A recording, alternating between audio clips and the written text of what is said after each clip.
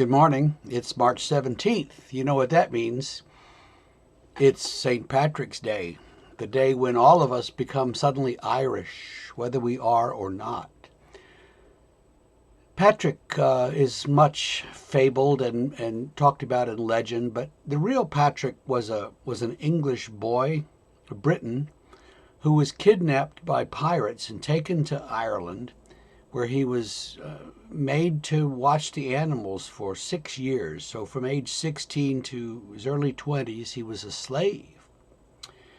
Somehow then he escaped and went back home, finished his education, or got an education, and sought to work in the church. He became a priest, and eventually, a few years later, was sent back to Ireland to convert it. Big job, right?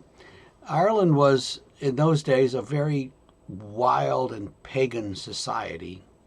And Patrick came into this society that knew nothing of Christianity or of Christ Jesus.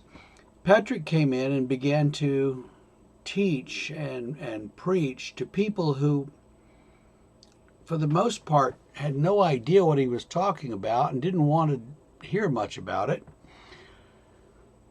who believed that there were, demons and evil spirits hiding behind every tree, under every rock. And Patrick came in there and said, well, no, they're not going to hurt you because God will protect you.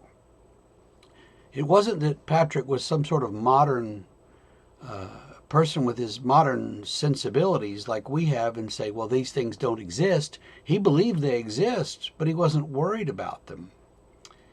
And one of the interesting things to me about Patrick is that while his neighbors and his fellow Irishmen were hiding and barring the doors and trying to make themselves safe at night, and then laying awake scared that every noise was an invading demon, Patrick slept soundly. Patrick had peace. Patrick knew that God was with him and God would protect him, and gradually that message began to convert his neighbors. There is something called the lorica, the breastplate of St. Patrick, and you've probably heard some of it. I tend to use it every couple of years in a sermon. It's a pretty long poem. It goes something like this at the beginning.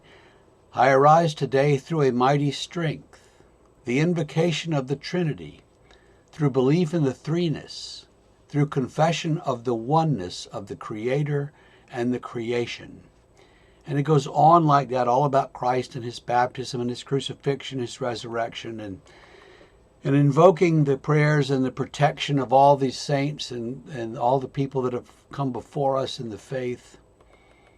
Toward the end is a familiar part of it. It says, Christ protect me, Christ with me, Christ before me, Christ behind me, Christ in me, beneath me, Christ above me, Christ on my right, Christ on my left, and on and on and on. And so that we see that that protection that comes from the presence of the Spirit and the presence of Jesus in our lives.